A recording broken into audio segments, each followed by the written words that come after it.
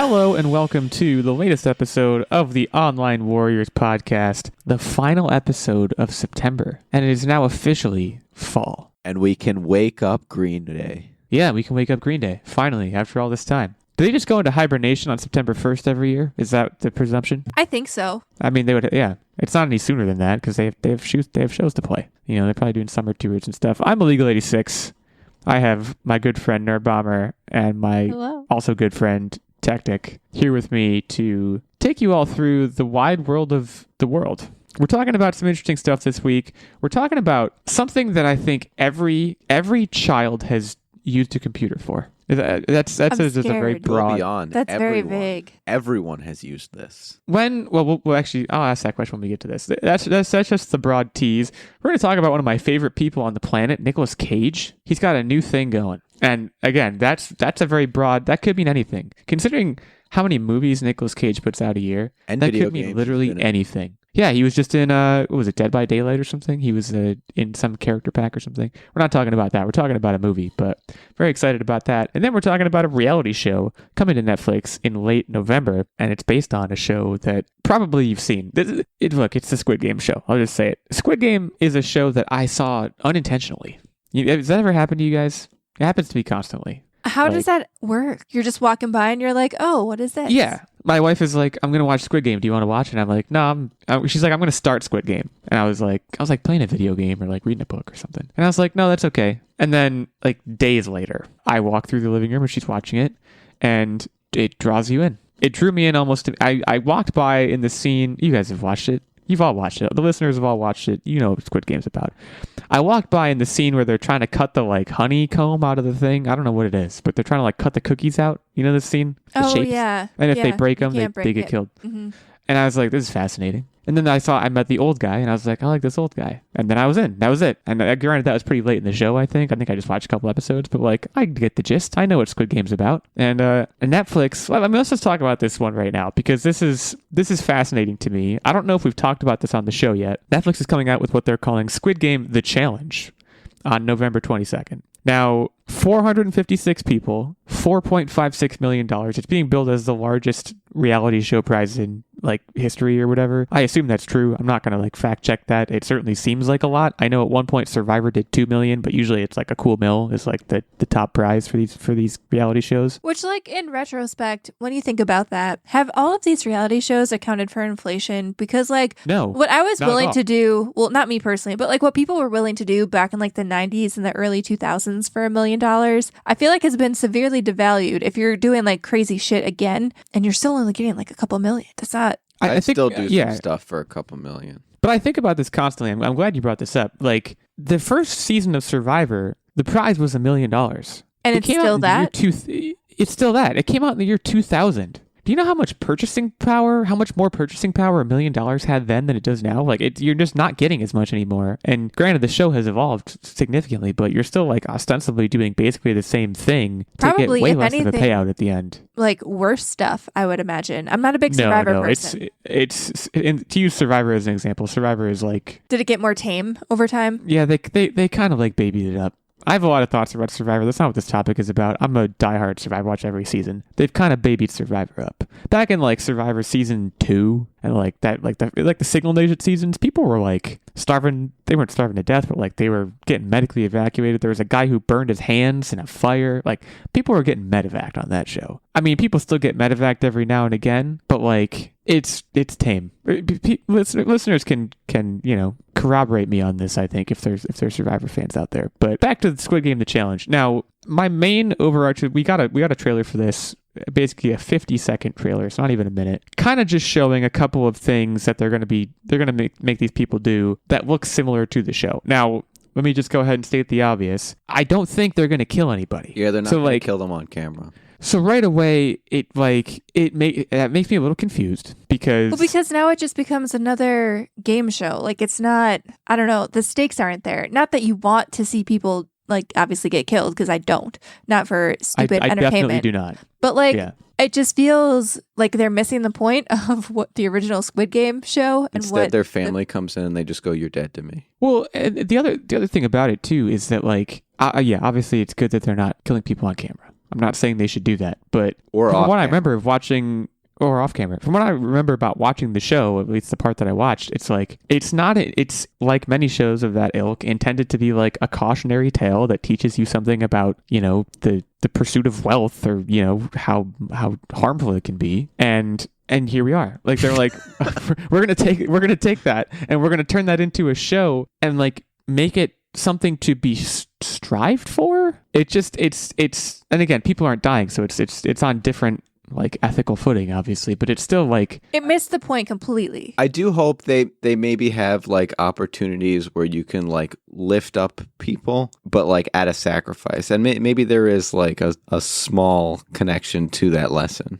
I don't give Netflix enough credit. Yeah, no, I think it's going to be like a 1-for-1, all of the challenges that you see in the show, basically just a 1-for-1 replica. And it almost makes me wonder, because Squid Game, I mean, let's be real here. A lot of TV shows, movies, a lot of the media that we consume, like there are messages that reflect on socioeconomic conditions in the world. And Squid Game was one of those pieces of media. yeah, I wonder the timing is weird. The original creator of Squid Game feels about it being turned into basically like a joke of a game show. This is Right, because It's missed the message so bad. it's very strange because, like, I don't know how many years ago it was, and it was probably like around when Hunger Games became a big deal, where like suddenly a huge portion of the media that we consume was about dystopias. It was like this, it was dystopian fiction, and it was, like you said, kind of intended to like show this sort of like class warfare thing going. Like Hunger Games is honestly another perfect example of like there's this class warfare, there's socioeconomic disparity, and like now like and this is another piece of mini news, I guess. The WGA strike is like about to end, I guess. They finally got to the bottom of that. But like that was just going on, and it was in the cultural spotlight for like however many months. And this idea of like the haves and the have-nots was like as culturally pervasive as it's been, as like a negative thing, to be clear, obviously. And Netflix in the midst of that is like, yeah, there's this sweet new reality show based on a dystopian show that like really harps on that, and it's coming out on Netflix in November. You should watch it. It's gonna be really fun and like. So let me ask you guys a question. Sure. So obviously they've recorded the show already. They've given out the prize. Someone's won. Okay. Money's gone. Do you think we as consumers should just all veto the show so that they take a hit and learn a lesson? That will never happen. Yeah. But like I think it's a noble idea. Viva la revolution. That just is never going to happen. Like this is going to come out November 22nd. It's like, to be clear, like I have my issues with it. It's going to be huge. And like, yeah, I'm sure at some point, I probably not right away, but like, I'll probably give it a shot. It's there. And it will be in the top 10 for like 6 months or something. Everyone's going to be watching. This is an opportunity, though, folks. This was the largest payout that any Netflix show has ever done, and really maybe even every game show, as we said. We can really stick it to them. We the people have the power. Can we? Hold the line. $4.56 million is the tiniest dent in the lint in the lining of the Netflix pocketbook. It's meaningless to them. It's a meaningless sum. I mean, yeah, you're probably it's right. a known fact, and like the reason that Netflix is so big into reality, and honestly, like to their credit in a lot of ways, is because they're so cheaply made. Like, and like, yeah, I mentioned the writer's strike. During the writer's strike is probably when this happened, because no one had to write it. You At ever least feel like hopefully no one had to write revolutions it. are so much harder to get together these days? Well, I mean, if we were like, I don't know what's a big podcast. If we had more listeners, then yeah, maybe this would be a good starting point. If we were but- Taylor Swift. Yeah. Yeah, that's interesting. That's Not to like pivot away from Squid Games, but did you see that Travis Kelce's jersey sales like skyrocketed and sold like a ridiculous amount after Taylor Swift went to the Chiefs game? Look, do we want to talk about this? Because I think you and I are going to disagree on this. Are you a Swiftie hater? Come on, they're just having fun. No, I am not a Swiftie hater. At the same time, Are you a Travis Kelce hater? a little bit, but that's also not the point I'm trying to make. The point I'm trying to make is I am very into football, and a lot of my Twitter and social media presence in general is centered around following sports journalists and reading things about football and the sport of football. I have fantasy football teams. It's like a thing for me this time of year. And yesterday, I had to scroll Twitter or X or whatever for like an hour just to see one post that wasn't, oh my God, Taylor Swift is at... Who cares? I don't care. Like, people may care. as a football fan, I am telling you, Adam Schefter, I do not care that she is there. In fact, I negative care. But do you know who does care? The articles. Swifties. The companies that are posting these articles, because their clicks and viewership just skyrocketed. I was actually very surprised. They did, yeah. I was very surprised. So the game was on Fox, correct? And I don't know. I wasn't watching. Like halfway through, because it was a blowout of a game, they switched to the Arizona Cardinals was playing somebody. The Cowboys. Yes. And they won, which Yes. was crazy, by the way. They switched the game, though, partway through, and they probably had the highest viewership because people I know who don't even like football, who like Taylor Swift, were tuning in to see glimpses in between plays. Why? That's my issue. To see what? To see what? So who is your favorite composer? Favorite composer, Hans Zimmer. Oh, is he still alive? Oh, yeah, he's still alive. Okay. Shout out to Hans Zimmer. Still out there. He's still going. Well, I wasn't sure. Imagine. First of all, where are you going with this example? Because I don't care about seeing Hans Zimmer anywhere. So let me just say that right now. Imagine. Okay. Well, I was going to say, imagine Hans Zimmer is in the crowd of your favorite football team, and you're like, holy moly. I did not know that Hans Zimmer liked my team. I want to see his. No. I'm not going to tune it. I'm not going to tune. Where is the last place that you would imagine Hans Zimmer? Probably a football game. Honestly, it sounds like his worst nightmare. But that's just all these people were like, wow, I never thought I would have seen Taylor Swift at a football game, and she's at a football game. I got to check this out. So like, if Hans Zimmer was like, you never imagine him in a slime pit, right? Like, oh my gosh, she's in a slime pit. I want to see this. Well, the difference is too. So I can kind of give you a little bit of a lowdown. So most of Taylor Swift's music. And not most. I won't say that because it's not. It's about breaking up with boys. No, that's too. That's derivative. No, that's too simplifying. That's too much of a simplification of her music. I'd say, like, you probably haven't listened to her latest albums, and especially like the Folklore and Evermore, you haven't listened to because they are not that at all. But a lot of her music, especially like when people started following her transition from country into pop and becoming like a megastar, was about, relationships.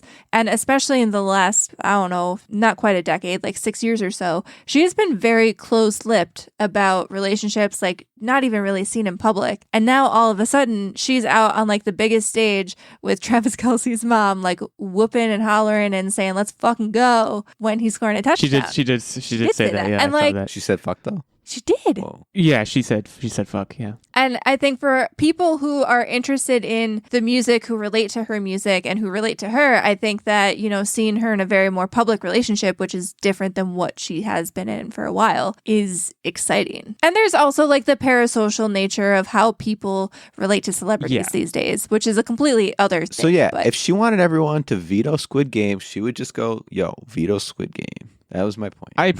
I appreciate you trying to get us back on topic, but it's not going to happen.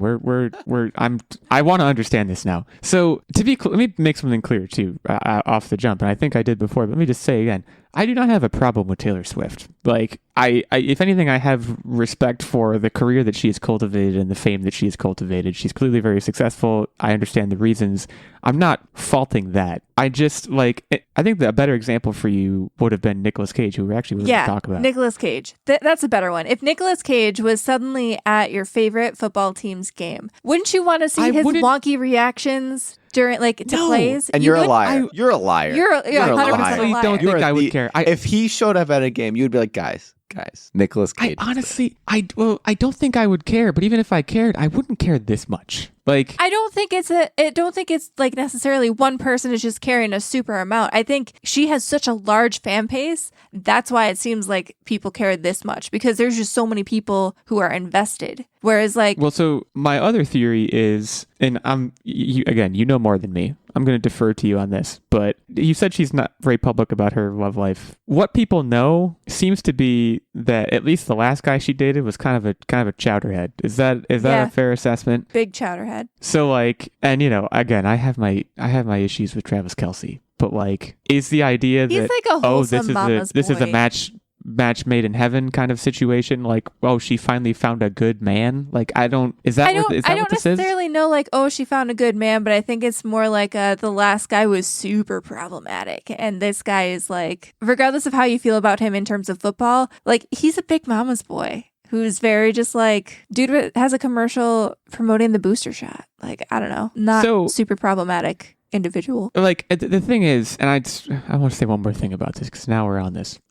Before the game too, he was on a podcast or something, Travis Kelce was, and I saw the clip because again, this was apparently huge news. I saw the clip of him, like what he said to her to get her to come. And it was like the least convincing thing I've ever heard. It was cringy. I almost want to look it up and read it. But it was basically like, I came to one of your shows and it was pretty lit. Now you should come to what I do and see if it's more lit or something to that effect. Yeah. And I was like, that sucks. See, but Holy crap, that's do why better. she fell for him. He has a way with words. I think too, a lot of people are invested in this because before that, supposedly on another podcast, he said that he brought, so Taylor Swift's big thing at her concerts are friendship bracelets. It's a lyric from one of her songs. And he basically made her a friendship bracelet with his number on it.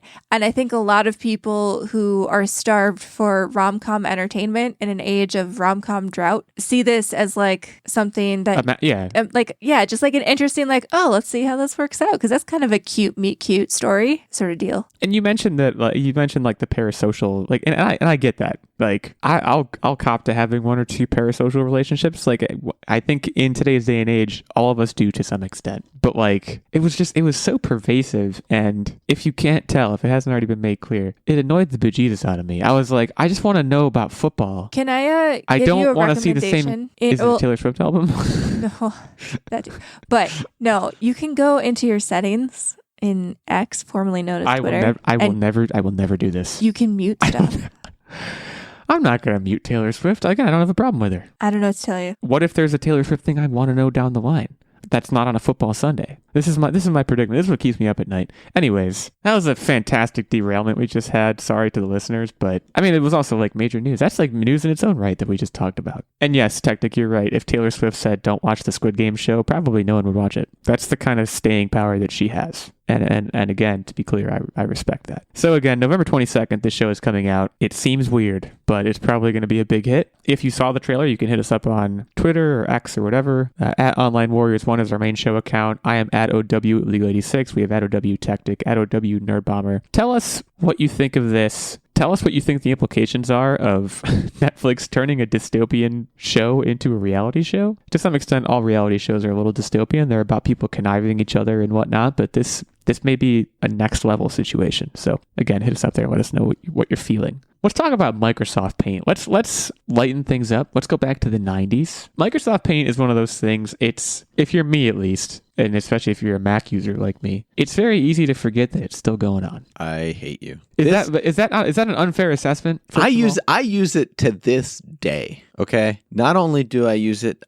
like at work, but also I use it like for the podcast, guys. It is one of my many tools for editing cover art. It's fascinating to me. I do use Paint sporadically. So like, have you ever taken a screenshot of something and you need to add like some notes? Open with Paint. You can put it in Paint and you can put some like very simple text and like draw an arrow, and you don't have to open Photoshop, which is like very intensive on your computer hardware. I mean, especially like if you have a crappy laptop like some of us do. Like I can't have and also like PowerPoint. Pay for Photoshop? Well, no. I mean, well, it depends. There's online Photoshop too that's like free versions, but like no, I'm even talking about like in a workplace environment, if you're trying to like send a note. Sure. Like I don't know. I can't have PowerPoint and Photoshop open at the same time because it makes my computer sad and slow. But Paint is very lightweight. So like for a very quick 5-second thing, Paint it is, buddy. So the news here is that MS Paint is getting a major update, including, and I'm quoting here, layers, PNG support,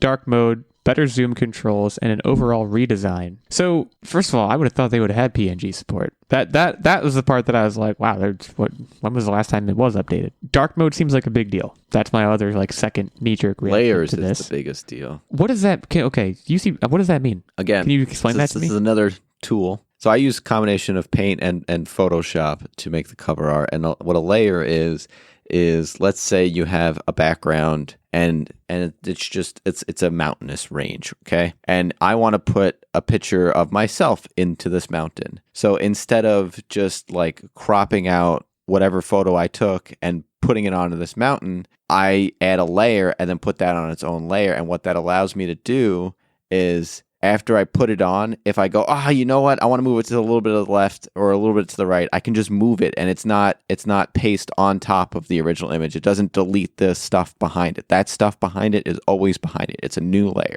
Does that make sense? It does make sense, and I'm glad. I'm very glad. I'm always glad you're here, but I'm glad you're here right now because I'm not sure when the last time I used MS Paint was. So every time, would have to be if you pasted it in, and let's say you want, for whatever reason, you did a couple extra things and the undo's gone and you can't move it, you have to basically start over. Now having layers allows you to not need to start over. It makes it more agile, and then you would just finally export it as the full single layer image. And you can merge layers to just have it be a one layer image. So. Now, I want to note here too. So we're getting this news from a post on X from IGN. First of all, the way they posted is fantastic. It's like a image made in Paint. Looks like someone drew like a ladybug and a sun, and it has the headline news and the IGN logo made in Paint. It's also, I want to note that it's also being billed like the headline says, and again I'm quoting, 90s kids are rejoicing as MS Paint is set for a huge update that brings layers, blah blah blah. So you're saying you still use it at a reasonable clip, but it's like it's being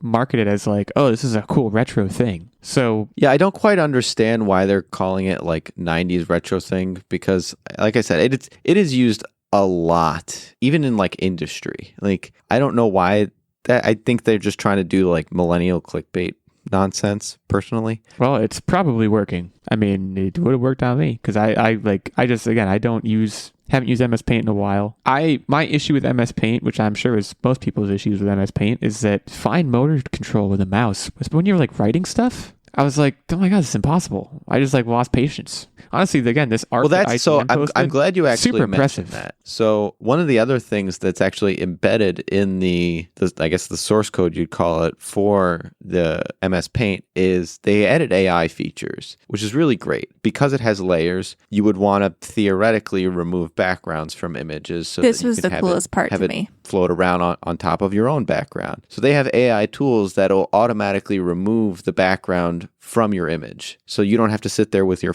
as Illeagle says it, fine motor skills and trace around the outside. You can, that option's available, but they have AI built into the software to do that for you, quick and easy, and it's pretty damn good. Yeah, I mean, it's like, this is definitely a positive piece of news. There's nothing bad about this. Like, I'm not here being like, why are they doing this? I do wonder when the last update was. Because again, this is like making it seem like it hasn't been updated in like 20 years. From what it seems on the demonstrations that we watched, this is version 11. And I don't know if they revised the version. Like, I don't know if version 1 was the first version and they're at 11 now. I don't know that answer. But if we're only at 11 after over 40 years, that wouldn't surprise me. Is there, again, just kind of asking in the room, is there like a Google, because Google you got Google Docs and Google Drive and like, what's the one where the PowerPoint one?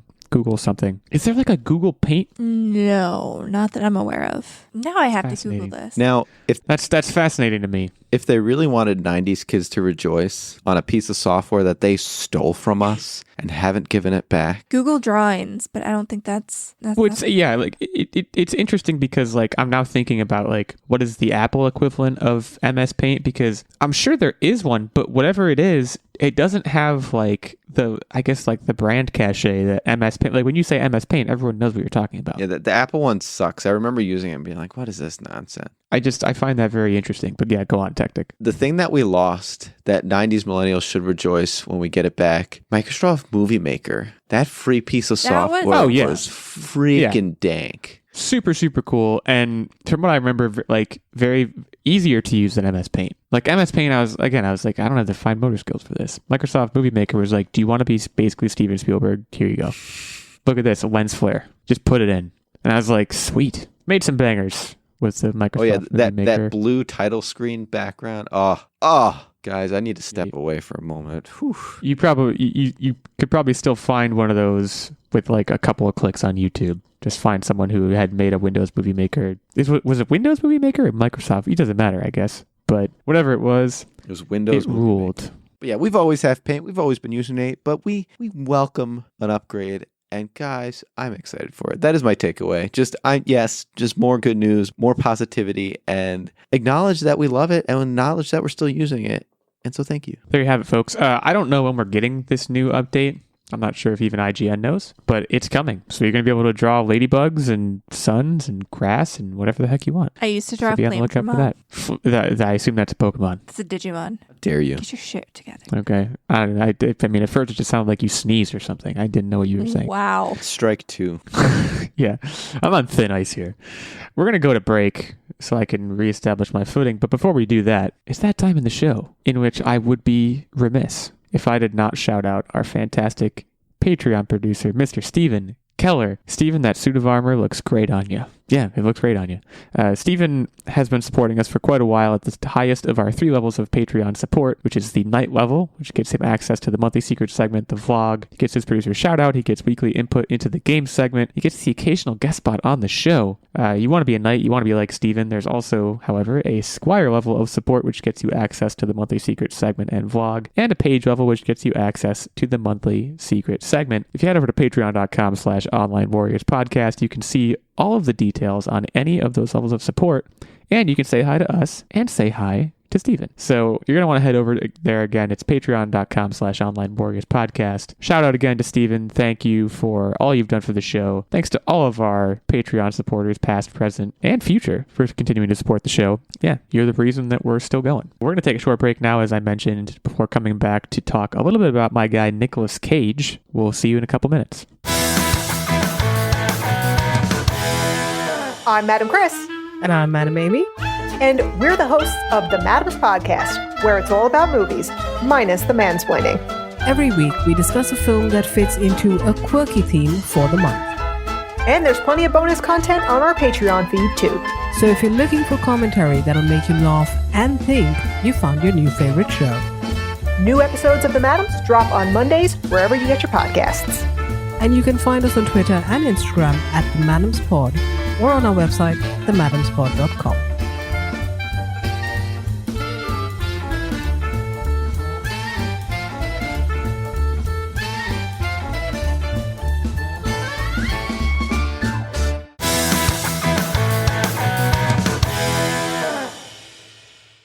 Have you ever had a dream? I mean, that yeah, you- definitely. For sure. Have you not seen that YouTube video? Because if not, I'm going to send it to you. Of the kid on the show who has to say, "Have you ever had a dream?" I'll send it to you later. If anyone out there is listening and knows the video I'm talking about, they're laughing right now, but it's fine. But yeah, I guess, have you ever had a dream? Just any dream? I have. Have you ever had a dream? Have you ever had someone show up in your dream repeatedly? That's the question. Beetlejuice. Okay, but not like a person in your, so a fictional character. Beetlejuice has been a long-standing. I haven't actually had this in a while, but like even into adulthood, from the time I was a child, I have a very specific dream, and I don't know what it means. Is it scary? Is it scary? It's unsettling for sure. Oh, I have one of those. Essentially, my dream is that I'm a child, because this started when I was a child, so like I continue to be a child in the dream that is recurring, and I'm in a supermarket, and there's like a zombie apocalypse, but Beetlejuice is in control of all the zombies. Like, I'm That's talking 2 so about far. Michael Keaton Beetlejuice. That's 3. Oh, so he's here now. You said Beetlejuice 3 times, so he's here. Oh, sorry. Well, whatever. But Michael Keaton. You're gonna have that dream tonight, confirmed. Yeah. Well, we'll see. Hopefully not. But that Michael Keaton Beetlejuice is like, I'm trying to find my family, but like he's there trying to stop me from finding my family, but also is like, you know how in the movies he's like kind of nice, but also like not. And I think I was just confused after seeing the movie, so that's really the meaning of the dream. But I have had this same recurring nightmare, and like all of the technology and stuff in this dream are still like from back in the day, and it's very unsettling. I haven't had it in a few years though, so maybe I'm like at peace. Oh, that's not unsettling. I gotta say If this. you're in the dream, it's unsettling. I have to voice this because there needs to be a dream analyzer on this one. I have this dream where there's not a story, no plot, nothing going on, no people. It's literally just, they're like sausages, but they're like short, fat sausage things cracking. Like it's like there's bone. It's like there's bone inside these sausage What do you things. mean? And What do you mean popping? They're stationary, and then every now and then they pop and snap, and then pop the other way and snap. And that's it. There is a psychiatrist listening to this show right now, frantically dialing a hotline right now. Whenever I have this dream, it is the most unsettling thing ever. How often do you have this dream, and am I ever a sausage? No, there's no people. It's just the sausage. I started having it literally in college, and I've had it every It's now just and the then dancing since. sausages. So we're talking like cocktail weenies, like the little guys. They're not like actually sausages. They're like sausage casing shaped, and they just crack every now and then. I don't know what to Did tell you on watch this the one. movie This is Sausage concerning Party? to me. No, this is well before that. Weird. Is Beetlejuice the one where they sing the Deo song and the people dance? You know what I'm talking about? It's been a hot The Deo It's song. been the a Harry hot Belafonte minute since song? I've seen the movie, but that sounds about right. I think it is. I don't have really any recurring dreams anymore. When I was younger, my nightmare was always Dracula, and it was the same weird looking Dracula. It wasn't like a normal looking Dracula. He had like a tall head, which is a weird thing to say, but that's what it was. Don't really have any recurring dreams anymore, although every so often I will have a dream that I am on my way to band class, which was the first period of the day in high school, and that I've forgotten all my sheet music. That's not a joke. That really happens to me. Like probably like once or twice a year I have that dream, and I'm like, this one again. There's a trailer for a movie called Dream Scenario where Nicolas Cage starts showing up in people's dreams, and he becomes world famous for it. And I saw this trailer, and I was, I'm a Nicolas Cage fan, so I was instantly pretty enamored. And I dropped this trailer into our chat where we like select topics for news, and Techtic said, "This literally happened to me once." So, can you talk at all to that at all? Because were people that started seeing you in their dreams? So I am what you call a perpetual liar and storyteller. Yeah. If you scroll down 2 messages, he says that was a lie. But nevertheless, when I first read that, it really made me crack up, and I wanted the audience to have the same experience. Do you guys know what this is based on? This movie, by the way, or I'm assuming probably loosely based on. I do not. I'm going to tell you what I know. Produced by Ari Aster, who is the Hereditary guy, and a couple other movies. I think he did Midsommar as well. A24. A24 always does weird stuff. Nicolas Cage is in it, and Michael Cera's in it, which is interesting. That's all I know. So yeah, hit me with some knowledge. So back in the 2000s, it was like 2006 or 2008. I don't really know for sure. But it wasn't an internet meme because it wasn't really a meme per se, but it was like an internet, kind of like a hoax, but it was a phenomenon for a little bit before it was revealed to be a hoax. And there was a website that was called Ever Dream This Man. And there was a picture of a guy, like there's a drawing of this man's face. And the website claimed that more than like several thousand people had all dreamed of this man. And, the person who started the website said that, they were a patient of a psychiatrist and had discovered that they had been dreaming this man along with several other people. And they wanted to see if other people out there in the world had also been dreaming this man, and then claimed like thousands of people had dreamed this person. And it ended up being like a internet experiment. I think the person who started it was like a sociologist or something who just wanted to see like if he could run an internet hoax. But this is interesting. The website's still up, by the way. It was like I remember in right like high school, people talked about this, and like, how there were kids who were like, oh yeah, I definitely dreamed of this guy. It's so creepy. It was basically one of the original creepypastas. Yeah, the guy looks creepy. So the website, if you're curious, is thisman.org.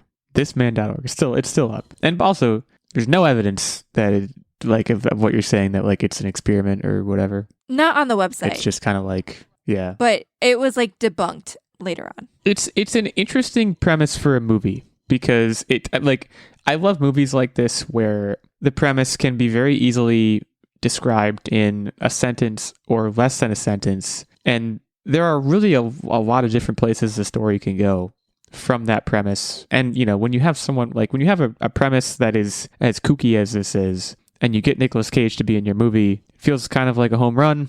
He has experience with A24. He was in Pig a little while ago, which like actually was amazing. And this movie, we talk about Rotten Tomatoes on this show all the time, so why stop now? On 33 reviews, because I know this was at TIFF, so like critics have already seen this. 33 reviews, 88% critic score. Now I know we don't believe in the critic score around here. Yeah, I think this is gonna be a theater watch for me. I think, like, I would go see this in a theater. I'm definitely on board with this one.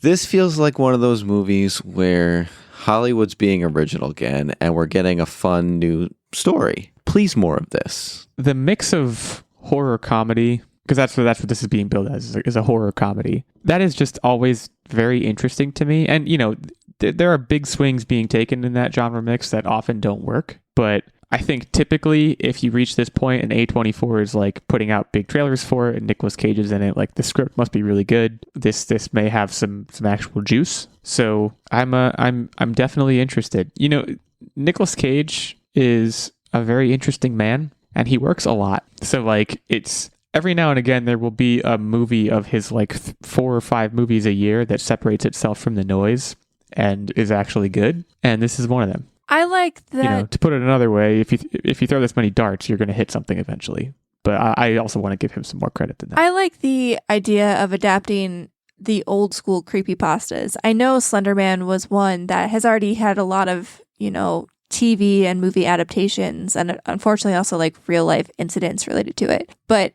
I really I feel like the late 90s, the early 2000s, the advent of the internet, really, there's so much to mine there in terms of movies. Like creepypastas were a huge staple of the internet. Like, I don't know about you guys, but one of the things, like, you'd be hanging out with friends or you'd go to a sleepover or something and you would check out the latest creepypastas to just kind of like freak everybody out. So you didn't have to like play lead as a feather, stiff as a board.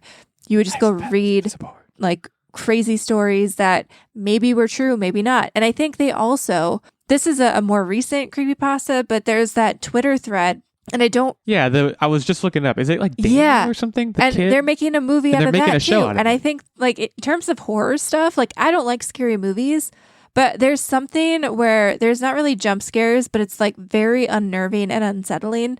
And as long as they do it right, like, I think this, you know, basically taking the this man phenomenon and taking it a step further and assigning that person an identity and exploring the potential this man behind the this man phenomenon. I think it's a really cool take.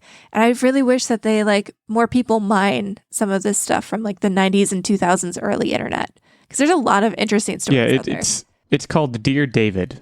The Dear David tweets. I was just looking this up because I remember this made news recently back in July. It was announced this is going to be a movie. If you have not read the Dear David tweet series, like it's pretty really good. It's really well done. It's pretty good. And yeah, there's a trailer out for this movie. I haven't watched it yet, and it looks like it's one of those like low budget kind of deals, but still, it's pretty cool. It's also out on demand in theaters and on digital October 13th, which is like pretty soon. Dude, so okay, we're gonna watch that makes and sense for spooky Slaughterhouse. season. Big movie night. I cannot wait to hear the Slaughterhouse reviews. Oh no, from you. We're going to watch it together. Well, I know, but I still can't. Okay. I can't wait to hear your reviews. Yeah, going back to Dream Scenario, did it already come out? I didn't see it. Yeah, no, it was at TIFF on September 9th, and it's really being released by A24 on November 10th. Yeah, Nicolas Cage plays a professor named Paul Matthews. One of the last times he played a professor was in the movie called Knowing, where he's an MIT professor, and it was amazing. So, I think it's going to be pretty good. If you're interested, hit us up on the old Twitter sphere. Let us know what you think. Let us know what you think of Nicolas Cage, too. I'm always down to talk about Nicolas Cage, so we'll be on the lookout for that. It's now time for What Are You Up To Wednesday? The portion of the show where we talk about what we've been up to. And I'm going to kick it over to someone else this week to start. And that someone else is Nerdbomber. All right. So we watched 2 big things. So I think we talked a little bit about Dr. Death last week, but we finished that. We finished binging it. And man, it is wild. That entire story is just mind-boggling. If you haven't listened to last week's episode where I believe we touched on it a little bit, very quick recap. Basically, the show is a true crimey scenario about a doctor who botched, maimed, killed 33 people as a surgeon. And he was able to just kind of like go under the radar and bounce around from hospital to hospital and continue operating on people until a couple surgeons intervened and, you know, went to a Texas district attorney to try to convict him. And I was kind of stunned. It also made me like a little unnerved.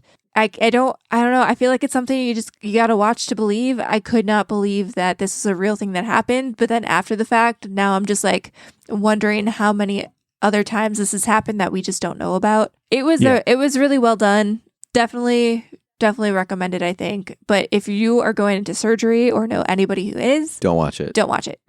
Like, I listened to a podcast about it, and it's actually insane. It is like very insane. it's crazy. So yeah, I would agree with your advice. If you're like undergoing a medical procedure. Just stay as far away as possible, which honestly, us telling you that probably makes you nervous anyways, but it's better than listening to this thing. Trust me. And then we also started Love is Blind. Season 5 has finally hit Netflix. The first 4 episodes are out. And when I tell you, I don't know how to feel about this season so far. First of all, it feels less about like the love connections than about the drama this season from like a producer standpoint. I feel like they're really choosing to focus on specific storylines, and I don't know if maybe it's just because their cast only gave them so much to work with. I don't really know.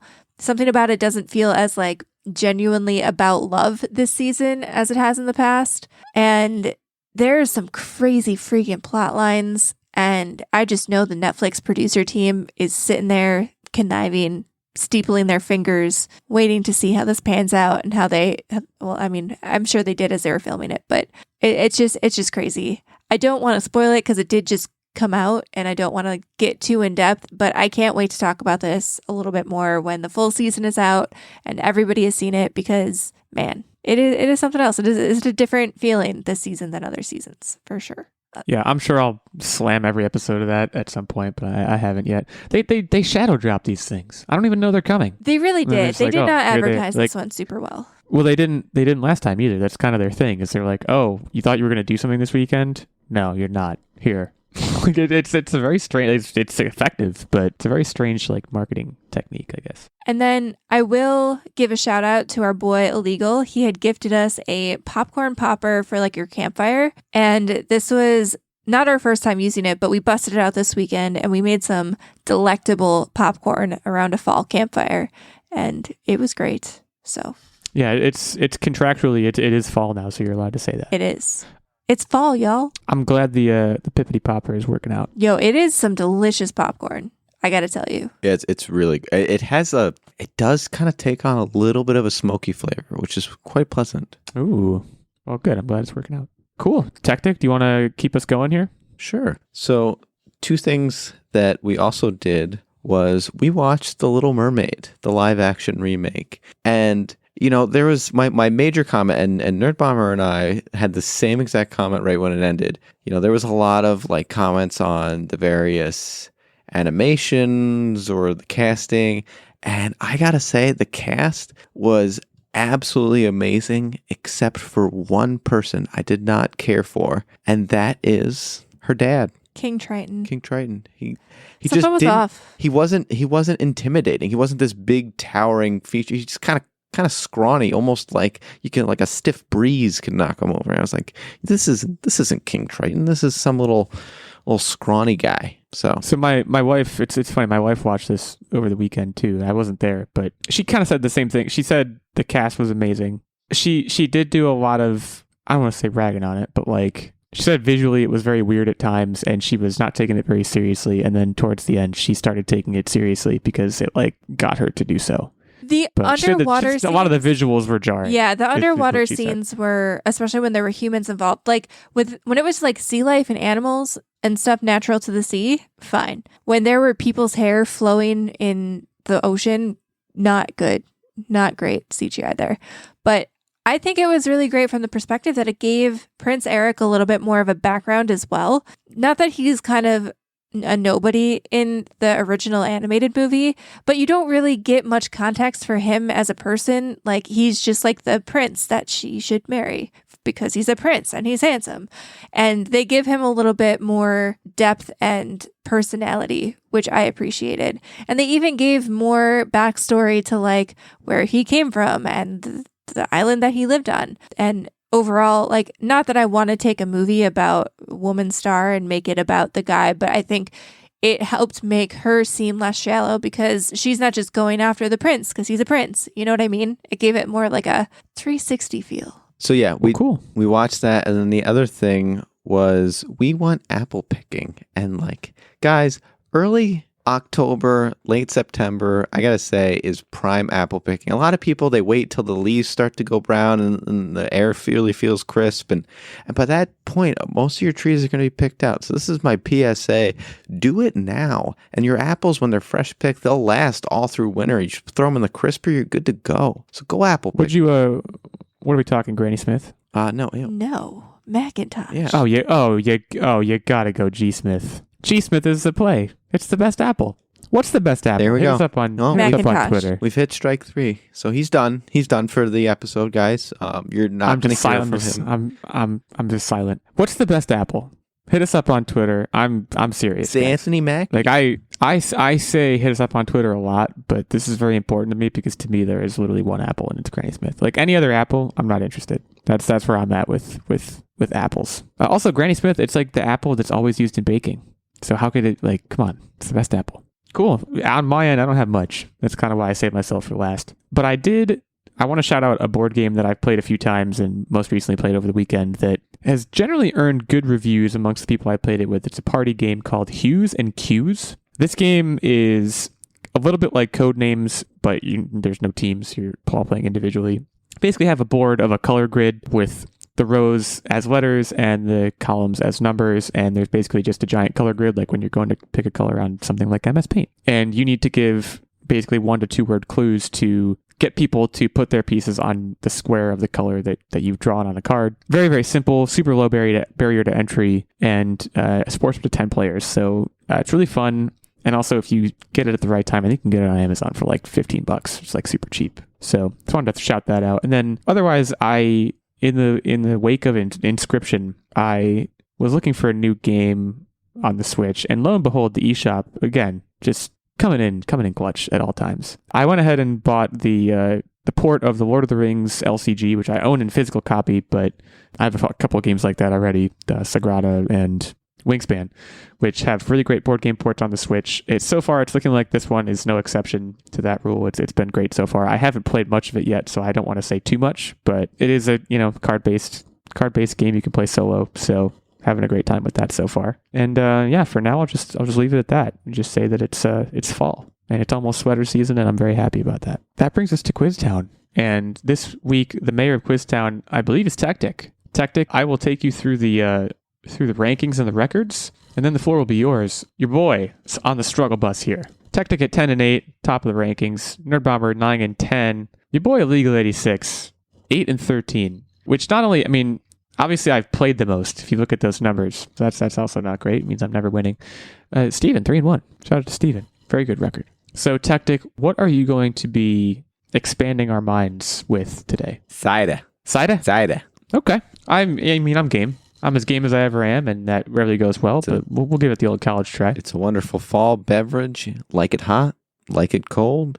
It's really fantastic either way. And so we're going to roll into it with some cider trivia. The first question is, what is the minimum number of apples needed to make 1 standard U.S. gallon of apple cider?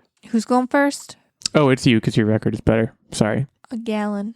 No, that's... I know. I don't think you listen. I'm just... You can't just say a gallon. I'm thinking out loud. 1 gallon's worth. A gallon. I thought that was your answer. I No, thought you were no, saying no. 1 gallon, Bob. How many apples can fit in a gallon? I'm going to say 30. Oh, this is very interesting. I'm trying to understand the water content of apples, and we're only in question 1, guys. Apples be That's how far we're going juicy. with this. I don't know Apples why be I just juicy, said but you that. That can't- was so creepy of me. I'm sorry. You can't squeeze. I guess you can squeeze an apple and get juice out of it, Yeah, but you it's like can. it's really hard. Okay. I think it's more. I've been doing this and it hasn't worked. But I'm gonna do it again. I'm gonna say 31. I'm gonna use my +1 right off the gap. He uses his +1 to great avail. So if you ever, lemons you think are juicy, if you squeeze a lemon, that's not a lot of juice, okay? So it's a lot of apples is the answer. Who's your lemon guy? Because my lemons, you squeeze them, there's juice everywhere. All right, calm down. The answer is 80 apples minimum per U.S. gallon. Wow. Okay. I feel like I kind of wasted my +1, You did. but at least I got a point. So. That said, when is the earliest record of cider being made? Oh, we're going way back, guys. This has got to be. I'm going like 900. 900. It's a weird time, but I'm going to swing for the fences here and say 50,000 BC. Jesus times. Okay, so Nerdbomber takes this one. Oh, yeah. The first recorded references to cider date back to Roman times. In 55 BC, Julius Caesar found the Celtic Britons fermenting cider from native crab apples. So fun fact, if you have a crab apple tree, you can make some Yummy. cider. I'm already going to tell you, Techtic, no. Yes, come on. She doesn't let me forage. Wow. Way to get ahead of that. Okay. 1-1. So, if you wanted to ferment some cider, how long would it take to finish fermenting? What is the metric? Like, what units are we working on? Days. Days. I think it'll take 30 days. Interesting. A good old month. I have no idea how long this takes. I'm gonna say triplet 90 days. Primary fermentation should begin in 24 to 36 hours and should finish in 5 to 9 days. That quickly? Really? Whoops. All right, Over we still got a game all tied up. I guess, yeah, But the cider- that makes sense though, because like I was thinking like wine and beer takes like a month, so The cider that we're making would just be way better. That's all that means. it'd be So wait, alcoholic. Woo. Yeah. Okay. Tied up still. I accept that. So, the highest ABV rated cider beverage Hard is cider. called the Sea Cider Rum Runner. What ABV does it have? Well, it's got rum in it. At least ostensibly. This is pretty high, you guys. We're looking for a percentage here, correct? I'm not up on my Yes. ABV. I mean, 60%. This is gonna mess you up. 1%. So this is not liquor. This is a cider. It said rum runner. It does have rum in There's- it, but the total ABV is 12.5%. Oh, that's weak. That's Strong for that's so weak. ciders. I feel like I've Okay, seen so- ciders that have a higher ABV. Why did So Cite your Nerdbomber, sources.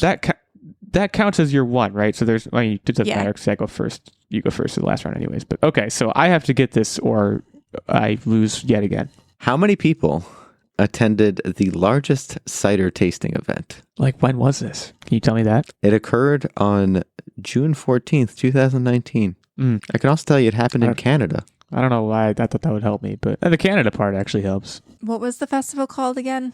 He didn't say, actually. What are you, Googling it? Craft Beer and Cider Festival. They need to work on the title. And how many people? I can't tell you. No, I said that's the question is how many people? She was trying to trick you to stay in the end. No. And how many people were at that? I'm gonna say 3,000. Really feeling my threes. It's got to be more than that. I'd just double it, say 6,000. So, again, this is a tasting event, so the people doing it are doing the tasting, and the answer is 306 people. So it's actually quite a low bar if you want to beat the Guinness World Record for hosting a tasting event. Yeah, that sucks. That sucks. Okay, well, here we are again. You know, one of these days, I'm going to get another. What was the last time I won? Was it Selena Gomez? I think I won the last time. I need another Selena might. Gomez. So Nerdbomber moves to 10-10. You guys both now have 10 wins. Congrats. I moved to 8-14, which is worse. But, there's still time. I don't know why I would have any sort of confidence at this point, but there's still time. So You have like 3 whole Tune in. months. I have. Yeah. There's a window here, but it's gonna close if I keep not showing up. But if you want to see me, flail around with quizzes again, you can show up again next week here at the Online Warriors podcast. We thank you all for joining us, for listening. You can head over to Apple Podcasts, leave us a review there if you're interested in telling us what you think, and tell your friends. We used to say that all the time. We used to our sign off on the show used to be tell your friends or tell your barista or whatever. And I'm not going to bring that back, but just tell folks about us because we're always looking to get the word out. In the meantime, do stay safe and keep on podcasting.